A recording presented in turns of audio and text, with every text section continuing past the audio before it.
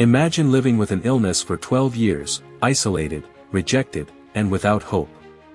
Suddenly, a simple touch on a garment changes everything. Could this be just a miracle, or is it something that modern science could explain? The Bible is full of accounts that challenge logic and provoke thought. In this text, we will explore how certain miracles, like the woman with the issue of blood, may have possible scientific explanations, yet never diminish or negate the supernatural power of God. Could we be facing a science that is still not understood, or a direct manifestation of the divine? And what if both coexist in harmony, revealing the Creator through His own natural laws? In the beginning, before any human concept of science or logic, there was only the voice of God echoing over the chaos. "Let there be light," He said, and there was light. With this simple phrase, the foundation of all physical reality that we know was established. The Bible does not describe creation as a random or instinctual act, but as a work of supreme intelligence, orchestrated with precision. Interestingly, this very order that we see in Genesis is what science has been attempting to study since ancient times: the laws that govern the universe, the sequence of events, the cycles of life. Science, therefore, does not arise in opposition to God, but from the very environment He created. When we observe the cosmos, the rotating galaxies, the human genetic code, or the logic behind chemical reactions, we find not only order but a kind of purpose. There is symmetry, complexity, and beauty, characteristics that point to a detailed Creator, not to chance. Many renowned scientists throughout history, such as Isaac Newton, Louis Pasteur, and Albert Einstein, have stated that science reveals the mind of God. And it's no wonder, the universe itself seems made to be understood. It's as if God left clues of His power in every cell, in every star, in every natural phenomenon. Creation, therefore, is not the enemy of science. On the contrary, it is the very reason why science exists. Without an ordered creation, there would be no logic to be investigated.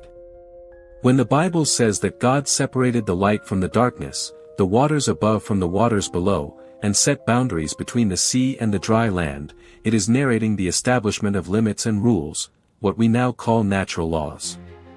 Gravity, the water cycle, the germination of seeds, the beating of the heart, all follow patterns that repeat and sustain life. These patterns are not competitors of faith. They are, in fact, proof that the universe did not arise by chance, but with purpose and design. Science, then, can be seen as a tool given by God Himself for us to understand creation. And more, so that, by understanding it, we can admire the Creator even more. Each scientific breakthrough reveals more about the grandeur of the divine work. However, there is a limit. Science explains the how, but not the why. It can tell us how the heart beats, but not why we feel love. It can measure the chemical reactions of crying, but not translate the pain of a loss. It reveals the structure, but not the meaning. And this is where faith enters, completing what reason cannot reach. Thus, creation and science are not opposed. They are parts of the same reality.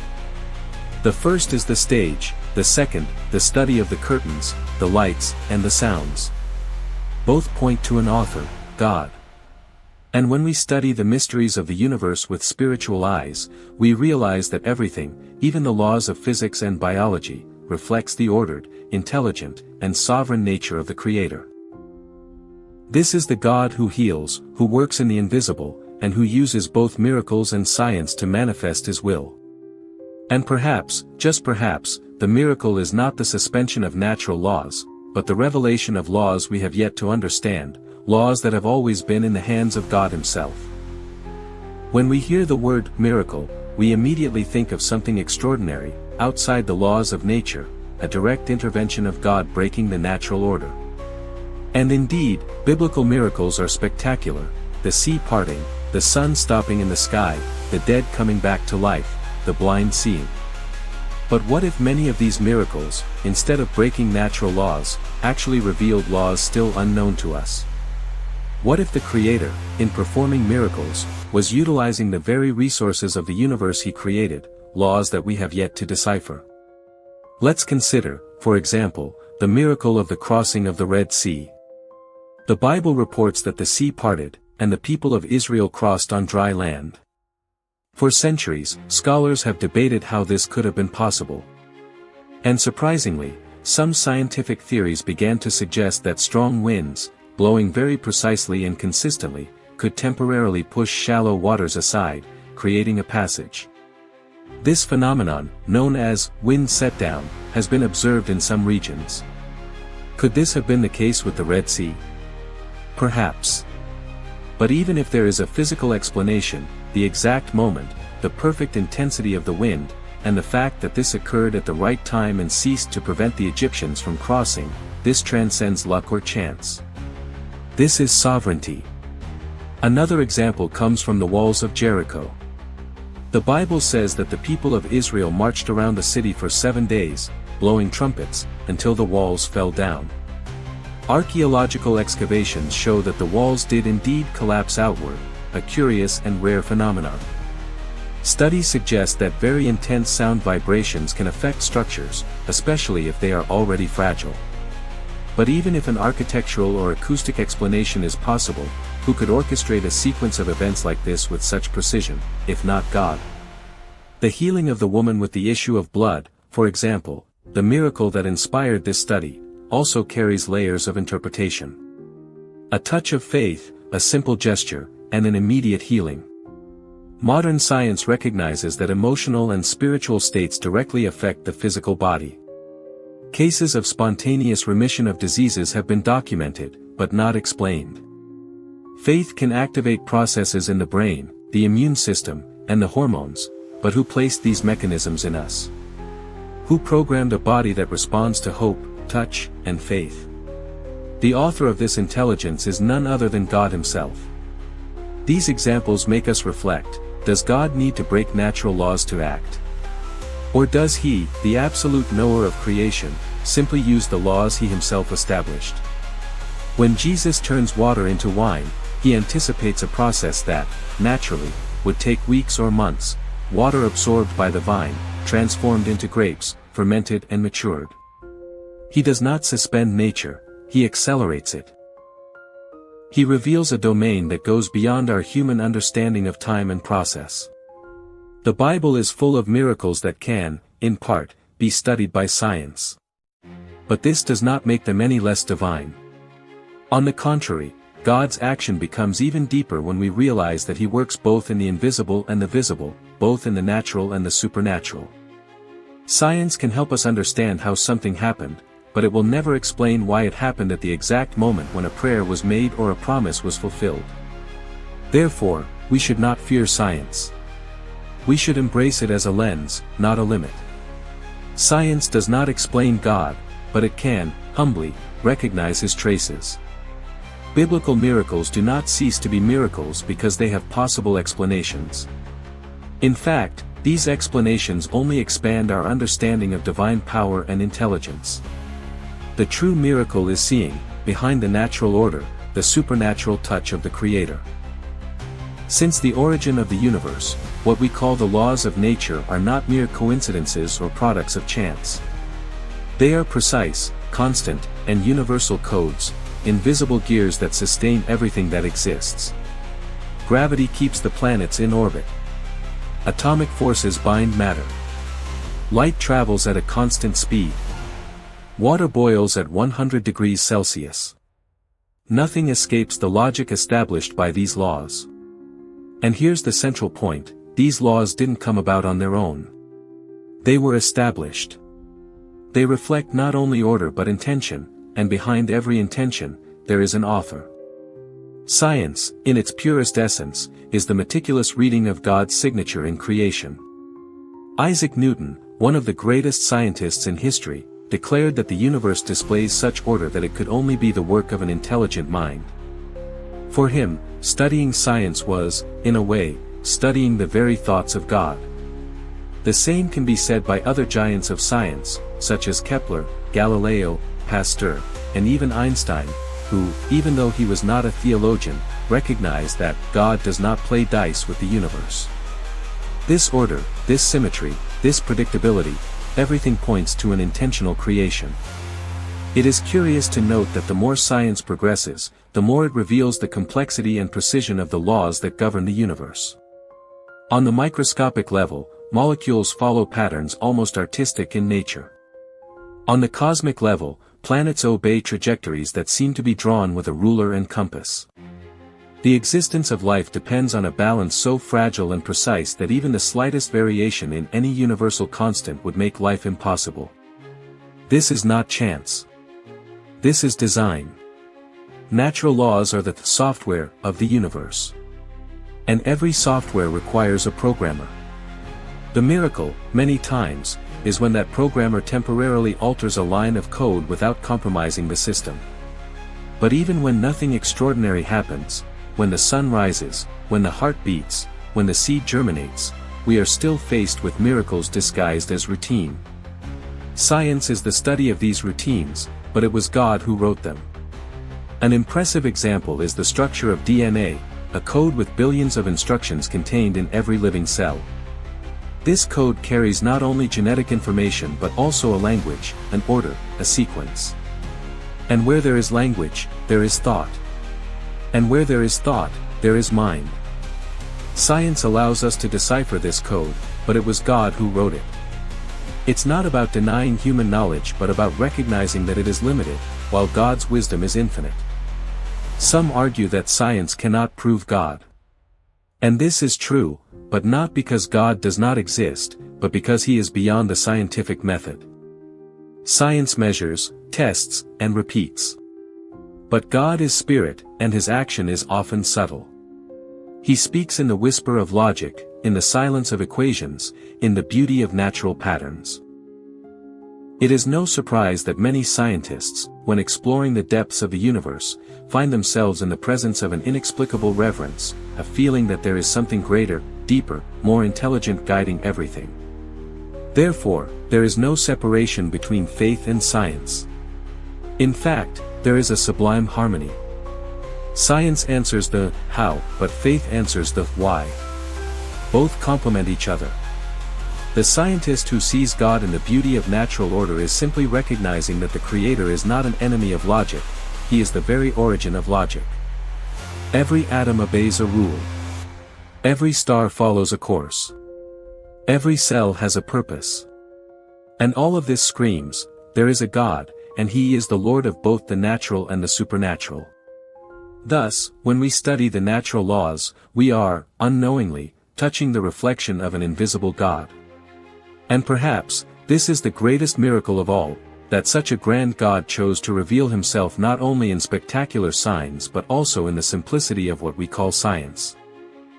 Many times, the line separating the natural from the supernatural seems to be thin. In biblical history, there are countless moments when God performs extraordinary deeds, which are considered miracles, but when we look closely, they may raise questions. Were these phenomena truly miracles, or simply natural events that happened in an extraordinary way? The multiplication of the loaves, for example, is one of those stories that challenge the human mind, and the explanations that arise attempt to encompass both divine action and natural phenomena that could, in theory, explain the event. The miracle of the multiplication of the loaves and fishes, as reported in the Gospels, is one of the most powerful examples of how divine power can, at first glance, seem to defy the laws of nature. Jesus, in an act of compassion, feeds thousands of people with a minimal amount of food. For many, this is a clear miracle, something that cannot be explained by the physical laws of nature. However, over time, some scientific theories have tried to offer natural explanations for what happened. One possible hypothesis suggests that the miracle was a phenomenon of sudden generosity, a kind of contagious effect. Upon seeing the little that was available, people began to share their own portions, and therefore, everyone was fed. This kind of explanation does not, in fact, diminish the power of the gesture. On the contrary, it can be interpreted as a social or psychological miracle, where divine action inspires a collective behavior of compassion and sharing. However, this still does not solve the mystery of the supernatural multiplication of the food. On the other hand, there are interpretations that try to reconcile the miracle with a physical explanation. Some people suggest that Jesus, in performing this act, invoked an unknown natural law. In a world with possibilities still not understood by modern science, who is to say that there wouldn't be some interaction between natural forces, which God also controls, that allowed for this phenomenon? The fact that science still does not have a definitive explanation for many natural processes does not mean that divine laws cannot be seen operating through them. Here enters an important reflection: no matter what the scientific explanation is, the central truth remains: God is the author of the miracle. Whether the multiplication of the loaves occurred in a miraculous way, or if it can be explained by a network of interconnected natural phenomena, everything still points back to divine control over the universe. God not only created the natural laws but also governs them, being able, whenever he desires, to intervene in a visible and supernatural way. When looking at other biblical passages, we can see this same pattern. The sea parts for Moses, water turns into wine for Jesus, and the dead are resurrected. For humans, each of these events challenges our understanding of what is possible within natural limits.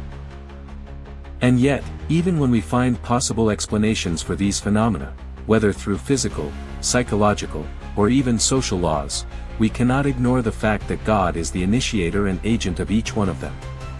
Divine intervention transcends human explanation, for God operates in ways that our finite minds may not be able to fully comprehend. We may question what is a miracle and what is a natural phenomenon, but this reflection leads us to an even deeper point: everything in the universe, including natural phenomena, is, ultimately, a reflection of God's will. God is not only the creator of natural laws, but he is also the one who sustains them and, at times, acts within them to fulfill his purposes. And, even if these events follow known patterns, the truth is that it is God who gives these patterns origin and purpose.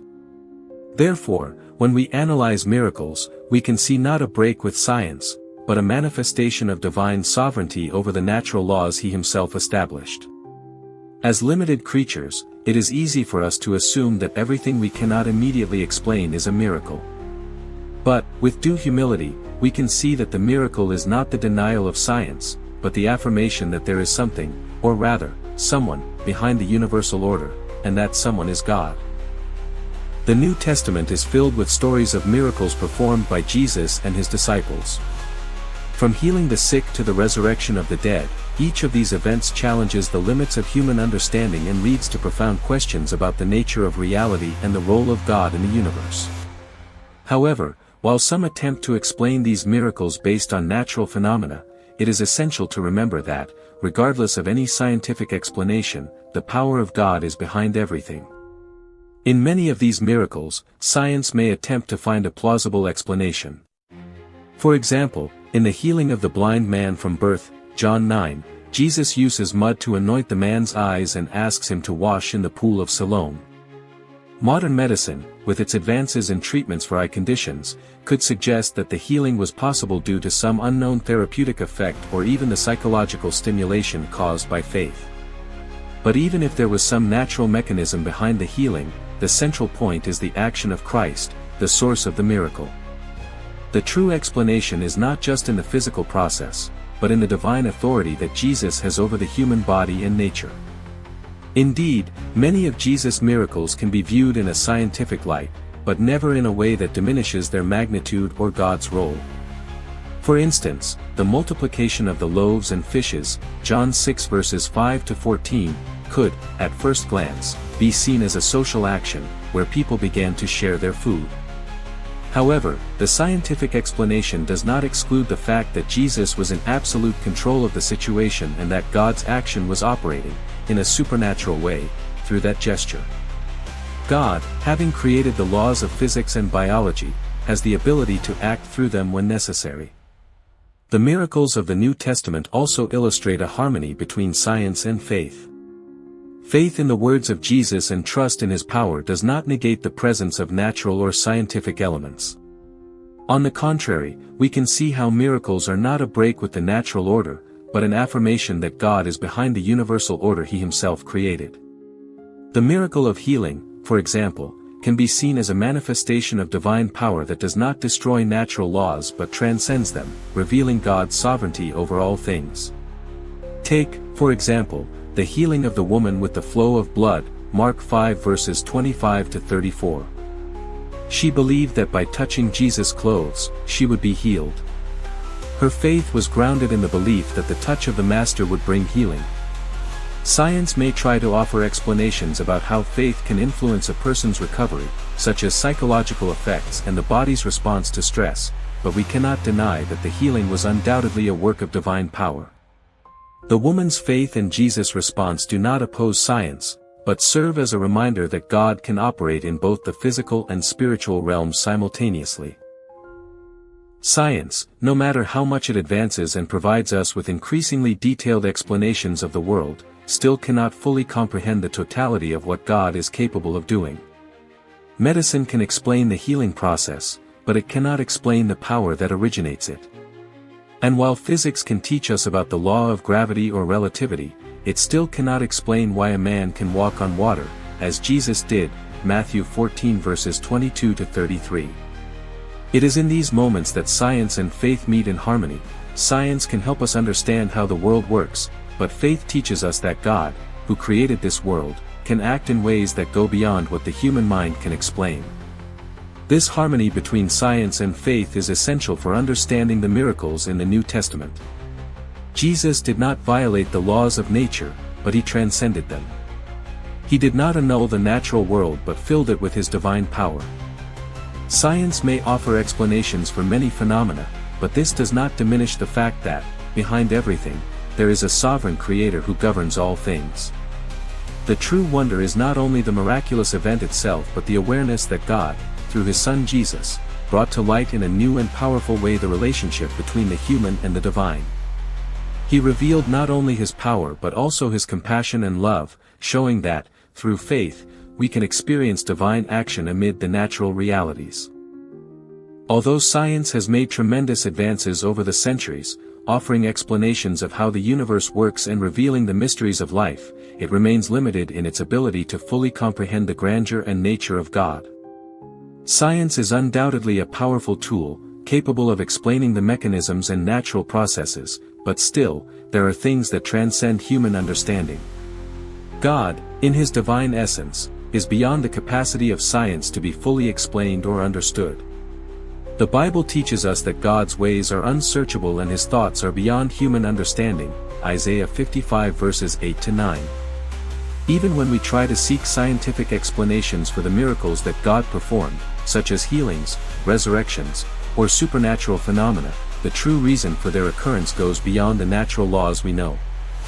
No matter how much science advances, it will never be able to comprehend the fullness of God's nature, which is beyond any human description or explanation.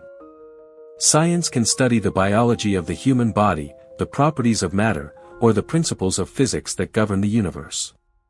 It may even try to explain phenomena like the healing of diseases, the functioning of the brain, or cellular regeneration. However, science cannot explain what is the act of a miracle, the direct action of God working upon reality to bring healing, deliverance, or transformation. There is something in every miracle that escapes scientific explanation, something that leads us to a place of mystery and reverence. For example, the healing of the woman with the issue of blood, Mark 5 verses 25 to 34, who was touched by Jesus and was instantly healed, can be analyzed from a medical perspective, trying to explain what might have occurred physiologically. However, we cannot ignore the fact that the healing was not just a simple physical process. It was a divine intervention. The woman believed and trusted in Jesus, and it was his spiritual authority that transformed her physical reality. Science may suggest explanations, but it cannot capture the supernatural aspect that comes with the power of God. The same is true for other miracles in the New Testament, such as the resurrection of Lazarus. Modern medicine could try to study the factors that might have contributed to the recovery of someone who had been dead for days. However, science has no answer for the fact that Lazarus was brought back to life by the mere command of Jesus. The act of resurrection transcends any natural explanation, as it involves divine authority over life and death, something that is beyond human understanding. The crucial point is that while science provides us with valuable understanding about how things work, it will never be able to explain divine purposes and the power that moves miracles. Science operates from a limited perspective, while God, in his infinitude, is beyond any human limitation. He created the laws of nature, but he is not bound by them. God operates in a dimension that science cannot fully access. God, being the creator of the universe, transcends everything that science can perceive.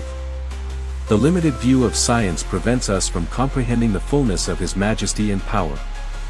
The answers that science offers are always partial, fragmented, while the wisdom of God is complete and perfect.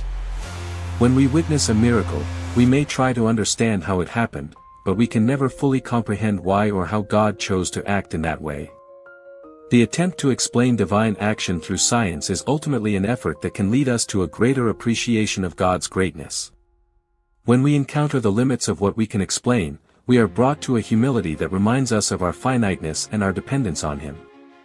Science may seek answers, but the fullness of who God is, and how He operates in the world, is beyond any human attempt at explanation. In the end, this reflection leads us to a profound truth: science, while useful and wonderful, will never be enough to capture the mystery of the divine. God, in His infinite wisdom and power, is beyond what we can comprehend. And, in trying to explain the inexplicable, we are reminded of our limitation and the vastness of His being. God is greater than any formula, greater than any explanation. He transcends science, and it is this transcendence that leads us to a deeper faith, one that goes beyond what the eyes can see and the mind can comprehend.